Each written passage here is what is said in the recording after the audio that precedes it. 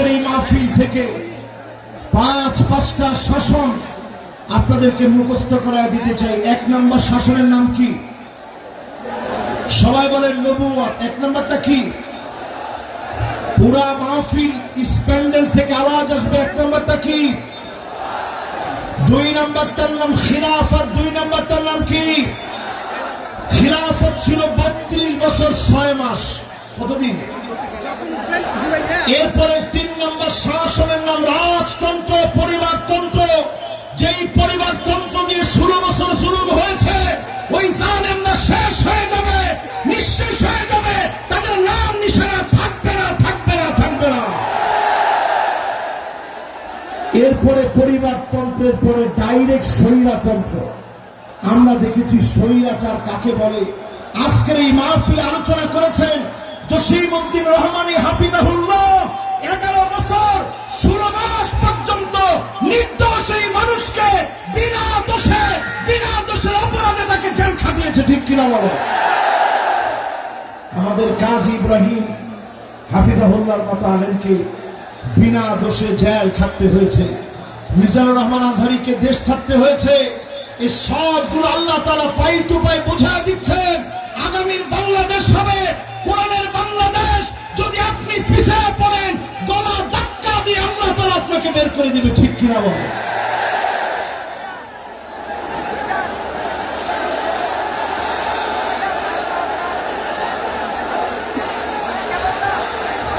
আমি আপনাদের সুন্দর সুন্দর স্লোগান লক্ষ্য করছি। স্লোগানের ভিতরে যদি আপনারা বলতে পারেন আল কোরআনের আলো, না না, ঘরে ঘরে তো অনেক বছর জ্বালাইলাম, 54 বছর হয়ে গেছে। তাহলে কথা মাশাআল্লাহ, এটা কিন্তু আমার কথা না, আমি দলিল দিয়ে আপনাদেরকে বোঝানোর চেষ্টা করলাম। সামনে যদি এই পথে আপনি না আসেন, এমন মার খেতে হবে, পিঠের ভিতরে সালা বেঁধে রাখবেন, গাছে গাছে আলেমদেরকে লক্ষ্য রাখবে, প্রতিবাদ করার মতো লোক আপনি দেখবেন না। এই জন্য পরিষ্কার আজকের মাহফিল থেকে বলেন আল কোরআন আলো কোথায় জ্বালাবেন? দেখি একজনের স্লোগানটা দেন তো জোরালো ভাবে।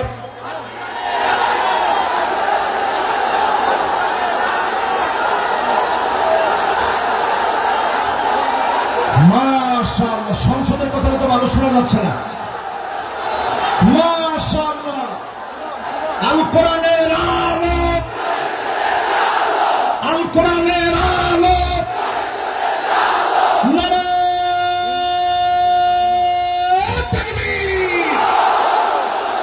মাশাআল্লাহ, এইরকম একটা তাকবীর যদি আমরা সংসদে দিতে পারি, আরে কথা বল। আমরা ছিলাম ইয়ারমুকের যুদ্ধে মাত্র 36,000 মুসলমান, বিপরীতে তারা ছিল 4,40,000। খালিদ বিন ওয়ালিদ শুধু চিঠি লিখেছে, আসলিম তাসলাম, ইসলাম গ্রহণ করো, শান্তি পাবে। রোমক সম্রাটের পায়জামা গরম হয়ে গেছে। সে চিন্তা করছে 36,000 মুসলমান আসলে আমরা পারবো কেন? মুসলমানরা ছিলাম মাত্র 36,000, তারা ছিল 4,40,000। রোমক সম্রাট সাহায্য চেয়ে চীনের কাছে চিঠি লিখছে, এই মুহূর্তে চিঠি লিখলাম, আপনি আপনার বাহিনী পাঠান, মুসলমানদের সাথে লড়াই করা লাগবে। উত্তর দেওয়া হয়েছে, চীনের সম্রাট লিখছে, খবরদার তাদের সঙ্গে যুদ্ধে যেও না। ইন্না কওমান লাউ আরাদু আন ইয়াখলাল জাবাল লাখালাউহা। মুসলমানরা যদি পাহাড়কে বলে, পাহাড় তুমি তোমার জায়গা থেকে সরে যাও, পাহাড় তার জায়গা থেকে সরে যাও। এই জন্য আজকের এই মাহফিলে আমি দায়িত্বহীন কণ্ঠে পরিষ্কার বলতে চাই, আমাদের শক্তি ইমানের শক্তি, আমাদের শক্তি চেতনার শক্তি, আমাদের শক্তি কালেমার শক্তি, আমাদের শক্তি ঐক্যের শক্তিতে পরিণত করে দাবানলের মতো জ্বলে উঠা রাখবে মুসলমান। রাজি আছেন?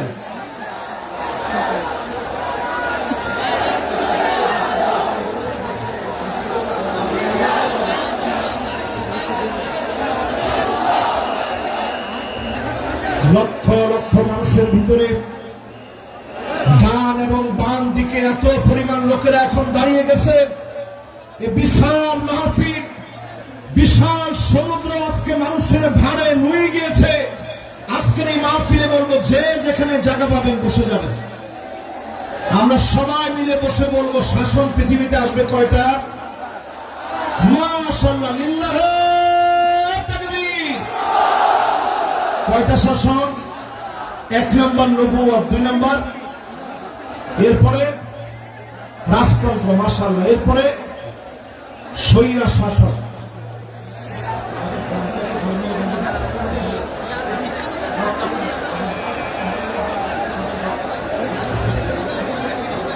ভাইরা, আসলে এই মাহফিলটা স্মরণীয় ঐতিহাসিক মাহফিল। আমরা আমাদের এই মাহফিল কর্তৃপক্ষের যে ড্রোন আছে, এটা মাহফিলের সৌন্দর্য বর্ধনের জন্য, আপনাদের জন্য এই মাহফিলে কেনা। এই ড্রোনটা আপনারা কোনোভাবে কেউ নষ্ট করবেন না। ড্রোন এটা আপনার কোনো ক্ষতি করবে না। এটা ফুটেজটা ধারণ করবে, সারা দুনিয়ার জন্য বাংলাদেশ একটা অনন্য রোল মডেল স্থাপন করবে। জোরে বলেন আল্লাহু আকবার। এই জন্য ডান দিকে যারা আছেন, কোন ক্যামেরাম্যানের ক্যামেরার ক্ষতি করবে না। এরা কিন্তু কষ্ট করে আসে না, কেউ এই কাজটা করে না। আমি একটু বুঝাই আপনাদেরকে কেন এই কাজটা করবে না। গতকাল থেকে তারা কিন্তু খাওয়া দাওয়া পর্যন্ত করতে পারে। গতকাল থেকে না খেয়ে কিন্তু তারা এই জায়গাতেই শুয়েছিল। আমি ভিডিওগুলো দেখছি, তারা না খেয়ে এখানে শুয়েছিল। এই মাহফিলগুলা বিশ্বময় ছড়িয়ে যাক, আপনারা চান না? বলেন, সবাই চান না? এই যে আজকে মিজানুর রহমান আজহারিকে আপনারা এত মহব্বত করেন, এই মহব্বতের অনন্য প্রশংসা কিন্তু তারাও পাবে। তাদের কারণেই জনমানুষের কাছে এই কথাগুলো ছড়িয়ে দিয়েছে। আমাদেরকে আপনারা মহব্বত করেন, তারা কিন্তু এই কথাগুলো ছড়িয়ে দিচ্ছে কষ্ট করে। অপসংস্কৃতির বিরুদ্ধে তারা এটা জিহাদ করতেছে। কাজী এটা কেউ ছোট করে দেখা যাবে না, কেউ তাদেরকে কষ্ট দিবে না। রাজি আছেন ইনশাআল্লাহ? তাহলে এবার বলেন, শাসন কয়টা আসবে পৃথিবীতে? আমরা 5ম নাম্বার শাসনের অপেক্ষায় আছি। এই জমিনের ভিতরে সব দেখা শেষ, সামনে হবে আল কোরআনের বাংলাদেশ। জোরে কোন আল্লাহু আকবার। এই আল কোরআনের বাংলাদেশ আনার জন্য আল্লাহ রাব্বুল আলামিন আমাদেরকে কর্মসূচি দিলেন। 1 নম্বর কর্মসূচি আল্লাহ রাব্বুল আলামিন দান করলেন। আল্লাহ পাক জানিয়ে দিলেন, দুনিয়ার মানুষেরা, ওয়ানিহকুম বাইনাহুম বিমা আনজালাল্লাহ।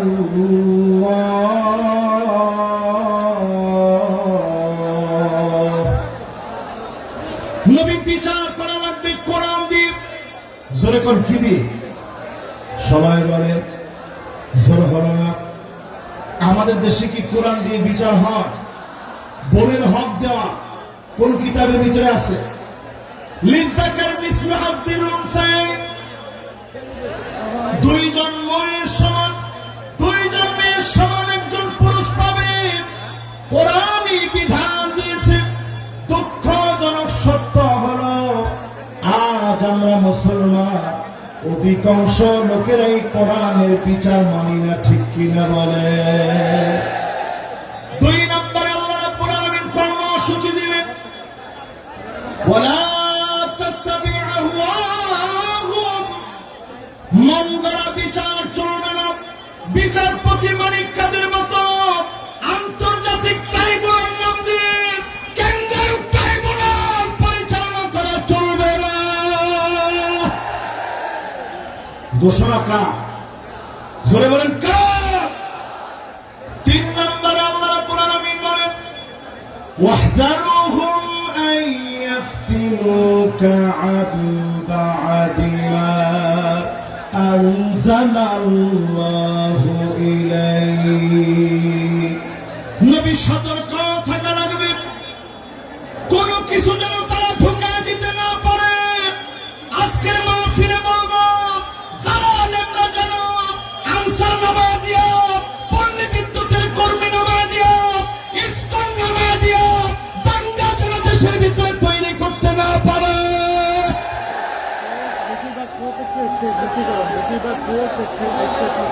জোরে বলেন, এই কথা কার কথা? সবাই বলেন কার কথা? এরপরে আল্লাহ রাব্বুল আলামিন 4 নম্বরে বলেন, কর্মসূচি নম্বর 4, ফাইন তাওয়াল্লাউ ফাআলাম আন্নামা ইউরিদুল্লাহু আন ইউসিবা يصيبهم ببعض ذنوبهم আল্লাহ রাব্বুল আলামিন বলেন এরপরেও যদি তোমরা মাথা ঘুরায় নাও, মুখগুলাকে যদি তোমরা ফিরায় নাও, মাথা যদি উল্টা পাল্টা ঘুরাও, ফালাম তোমরা জেনে রাখো অবশ্যই যিনি তোমাদের গুনাহের কারণে কিছু কিছু শাস্তি দিবেন তিনি কে। আল্লাহ কেমনে শাস্তি যায় একটু তাকায় দেখেন। করোনা আসছে, কত বিপদ হইতে পারত। আল্লাহ পাক আমাদেরকে বিপদ থেকে বাঁচায় দিয়েছেন। কোরআনুল কারীম বলতেছে ওয়াত্তাকু ফিতনাতাল লা তুসিবান্নাল্লাযীনা যালামু মিনকুম খাসসা ওয়া'লামু আন্নাল্লাহা শাদীদুল ইকাব। ভয় করে আল্লাহ রাব্বুল আলামিনকে। আল্লাহ পাক যখন শাস্তি দিবেন সবাইকে আল্লাহ ধরবেন। মক্কা মদিনায় পর্যন্ত করোনাকালীন সময়ে নামাজ বন্ধ ছিল, শুধুমাত্র আমাদের দেশকে বিশেষভাবে যিনি দয়া করে মায়া করে অনেক অল্প ক্ষতিতে বাঁচায় দিয়েছেন তিনি কে? রেড অ্যালার্ট ছিল বাংলাদেশের উপরে, রেড অ্যালার্ট ছিল বাংলাদেশের উপরে। এই রেড অ্যালার্ট থেকে আল্লাহ তাআলা দেশকে হেফাজত করেছে। 4 নম্বরে আল্লাহ বলছে যদি এরপরও ভাওলামি করো আমি আল্লাহ তোমাদেরকে ধরবো। একটু জালেমদের দিকে তাকায় দেখেন 40 মিনিট সময় পর্যন্ত তারা পায় না, খেয়ে যেতে পারে নয়। আল্লাহ বুঝায় দিয়েছে জালেম যখন আমার পাকড়াও চলে আসে তখন পালাবার মতো কোনো জায়গা পাওয়া যায় না, ঠিক কিনা বল? এরপর আল্লাহ রাব্বুল আলামিন 5 নম্বর কর্মসূচি দিলেন ওয়া ইন্না। এই পাশে প্লিজ ভাই, আমি একটু হুজুরকে থামিয়েছি, একটু প্লিজ এই পাশে সবগুলো বিদ্যুতের লাইন আমাদের মাইকের প্রধান লাইন হচ্ছে এই জায়গায়। আপনারা প্লিজ আপনাদের কাছে সহযোগিতা চাই, প্লিজ ভাই ভাই প্লিজ আপনারা সামনে আসবেন না। আমি আর আমাদের সব এলইডি ভেঙে যাওয়ার মুহূর্ত, যে কোনো মুহূর্তে 8টা এলইডি ভেঙে পড়তে পারে। এলইডি থেকে মানুষগুলো নেমে যান ভাই। আমি এলইডি টেবিল থেকে মানুষ নেমে যাওয়ার জন্য অনুরোধ করছি, হাত জোর করে অনুরোধ করছি। মাহফিলটির সৌন্দর্য রক্ষার্থে আপনারা এলইডি থেকে নেমে যান, আমাদের মাইকের বক্স থেকে নেমে যান, সম্প্রচার বিভাগ থেকে নেমে যান। মাইক্রো প্লিজ আপনারা বাড়াবেন না প্লিজ, আমি অনুরোধ করছি। আমি আমাদের স্বেচ্ছাসেবক ভাইয়েরা আছেন দুপাশে আসার জন্য অনুরোধ করছি, আইন শৃঙ্খলা বাহিনীদেরকে আসার জন্য অনুরোধ করছি আমাদের দুপাশে। আমি সেই পাশে আমাদের সৌন্দর্য রক্ষার্থে আমাদের যারা সেনাবাহিনীর বাইরে রয়েছেন তাদের সহযোগিতা কামনা করছি। ধন্যবাদ। মাশাআল্লাহ। আমি তাকবীর দিব, সবাই আমার সাথে তাকবীর দিবেন। তাকবীর দিলেই দেখবেন অর্ধেক ঠান্ডা হয়ে যাবে। লিল্লাহে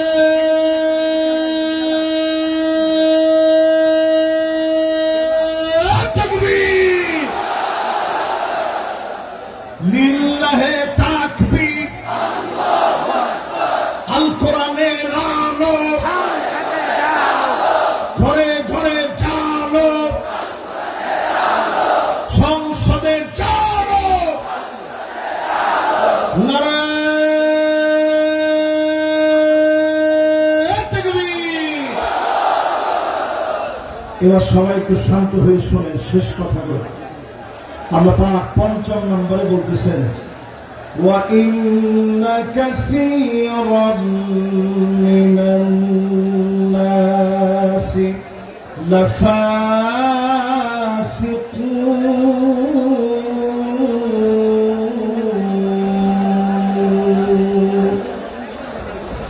আল্লাহ রাব্বুল আলামিন ইরশাদ করেন অধিকাংশ লোকেরা ফাসিক হবে, তারাই কেবল কোরআনকে অস্বীকার করবে। আজকেও তাকায় দেখে 92% মুসলমানের দেশে অধিকাংশ লোক আমরা চাই না কোরআন দিয়ে রাষ্ট্রটা চলো। আরে কথা বলেন, আওয়াজ করে বলেন, আসলে কি আপনারা চান রাষ্ট্রটা কোরআন দিয়ে চলো? বলে আবার কয় না, আসলে কি আপনারা চান না? যদি চেয়ে থাকেন, বোনের হক না দিলে আপনাকে জালিবের দিয়ে পিটানো হবে না, আপনাকে চাবুক দিয়ে পিটানো হবে। নামাজ যদি আপনি মিস করেন, জরিমানা উইথ মাই, এবং নামাজ পড়ায় আপনাকে ছুটি দেওয়া হবে।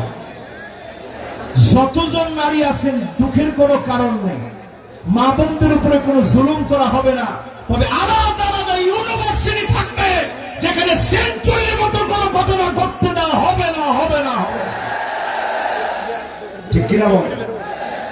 সন্তানকে আপনি নিয়ে যাবেন সাথে করে, তাকে তার স্কুলে দিয়ে আসবেন, মাদ্রাসায় দিয়ে আসবেন, 4 ঘন্টা লাগে আপনি সাজবেন, পুরুপ্রাপ করবেন, টেটো লাগাবেন, বেপরদায় চলবেন। এই নীতি আমার মা বোনদের জন্য নীতি আদর্শ হতে পারে না। ঠিক কিনা বলেন? এরপরে আল্লাহ রাব্বুল আলামিন বলেন, আফা হুকমাল জাহিলিয়াতি ইয়াবগুন।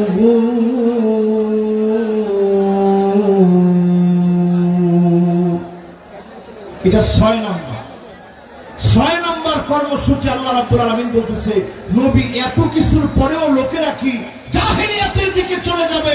এখনো যারা চায়ের দোকানে বলেন, আগেই ভালো ছিল, জিনিসপত্রের যে দাম আগেই ভালো ছিল, রাস্তাঘাটে নিরাপত্তা নাই, আগেই ভালো ছিল, এখনকার সব কিছু কেমন তালমাতাল মনে হয়, আগেই ভালো ছিল।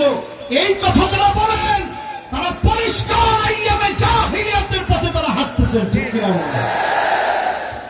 জেল তুমি আপনি খাটেন নাই, জুলুম তো আপনি সহ্য করেন নাই। এদেশের 16টা বছর এমন জুলুম নির্যাতন চলেছে, ঘরে ঘরে, বাড়িতে বাড়িতে, এলাকায় এলাকায়, গলিতে গলিতে ঘুমাইতে পারে নাই, রাস্তাঘাটে ক্ষেতের ভিতরে মুসলমানের ছেলেরা ঘুমিয়েছে। ঠিক কিনা বলেন? আর এখন একটু তাদের দিকে তাকায় দেখেন, ফজরের আজানের আগে আজান যখন হবে, মুয়াজ্জিন কি একটু সব প্রস্তুতি নিচ্ছে, তখনই বের হয়ে চলে যায়। আপনার জিজ্ঞাসা করলে, মুয়াজ্জিন জিজ্ঞাসা করে কই যান, 70-80 রাকাত পড়ার জন্য যেতেছে। এরকম লোক এখন আসে না? আমরা কিন্তু আপনাদের উপরে জুলুম করিনি। যেই জুলুম আপনারা করেছেন, এই জুলুম আমরা আপনাদের উপরে কিছুই করি নাই। সবটা আল্লাহ তাআলা পাই টু পাই আপনাদেরকে বুঝাইয়া দিবে। ঠিক কিনা বলেন? এরপর 8 নম্বর কর্মসূচি আল্লাহ দিলেন, লিকাওমি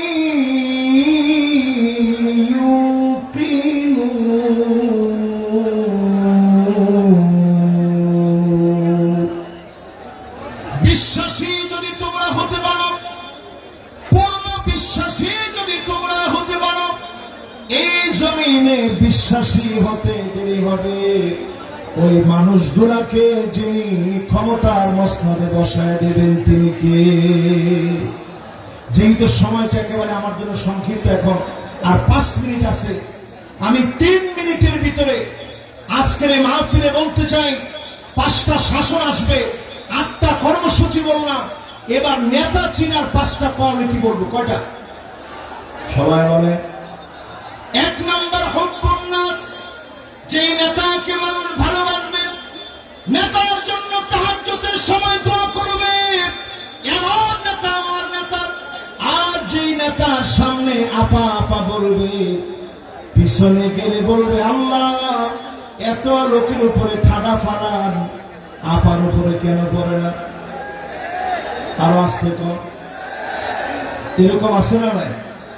ডান দিক দিয়ে হাঁটলে মানুষ বাম দিক দিয়ে চলে যায়, আর বলতে থাকে, এই জালেমের হাত থেকে বাঁচান। শুধু আপনাকে মানুষ বাহ্যিক সম্মান করে, অস্ত্রের কারণে, গুন্ডামির কারণে, বাহিনীর কারণে। আপনি তাকায় দেখেন, আজকে এই মাহফিল প্রমাণ করছে, এমন নেতাদেরকে আমরা নেতা বানাবো না যাদেরকে মানুষ অন্তর দিয়ে মহব্বত করে না। ঠিক কিনা বলেন? 2 নম্বর নেতা হবে ওই লোক, যেই লোক নিজে কোরআন পড়বে, যেই লোক নিজে কোরআন শিখবে, হুব্বু তিলাওয়াতিল কোরআন ওয়া তাআল্লুমিহি ওয়া সিমাইহি ওয়া তাদাব্বুরিহি। কোরআন পড়বে, বুঝবে, মানবে, এই কোরআন নিয়ে চিন্তা ভাবনা করবে, চুলের গোড়া থেকে নিয়ে পায়ের তালে পর্যন্ত, পার্লামেন্ট পর্যন্ত আল কোরআনের বাতি যারা জ্বালাবে, একমাত্র ওই নেতা আমার নেতা হতে পারে। ঠিক কিনা বলে? এখন নেতা কেমন? এসে নেতা সালামটা দিয়ে বলে বিসমিল্লাহির রহিম, বিসমিল্লাহির রহিম। যে নেতা বলে এই নেতা আমার নেতা হতে পারে। এরপরে দেখবেন অধিকাংশ নেতারাই এখন উঠেই বলে আউযুবিল্লাহি মিনাশ শাইতানির রাজিম, বিসমিল্লাহির রহমানির রহিম। প্রিয় প্রেক্ষবাসী, এইরকম নেতারা আমাদের নেতা হতে পারে না। 3 নম্বর ইত্তেবাউস সুন্নাহ। ওই নেতা আমার নেতা হবে যার চুলের গোড়া থেকে নিয়ে পায়ের তালু পর্যন্ত সুন্নতের অনুসরণ থাকবে। ঠিক কিনা বলেন? 4 নম্বরে আমার নেতা ওই নেতা হবে যেই নেতা তার আনুগত্যের সময়ে, নেতৃত্বের সময়ে আল ইমতিহান, পরীক্ষার পর পরীক্ষা দিবে, বাতিলের কাছে মাথা নত করবে না। আমার নেতা হবে ওই নেতা যেই নেতা দুনিয়ার জীবনে কল্যাণকর কাজ করবে, আইয়ুফিকাহু বিআমালিন সালিহিন ক্বাবলা মাউতিহি। মৃত্যুর আগ পর্যন্ত শুধু ভালো ভালো কাজ করে মারা যাবে, এমন নেতার বুকে গুলি চালাতে পারবা, ফাঁসির দড়িতে নিতে পারবা, ইমানের হিম্মত কমাতে পারবা না, পারবা না, পারবা না। আসসালামু আলাইকুম ওয়া রাহমাতুল্লাহ।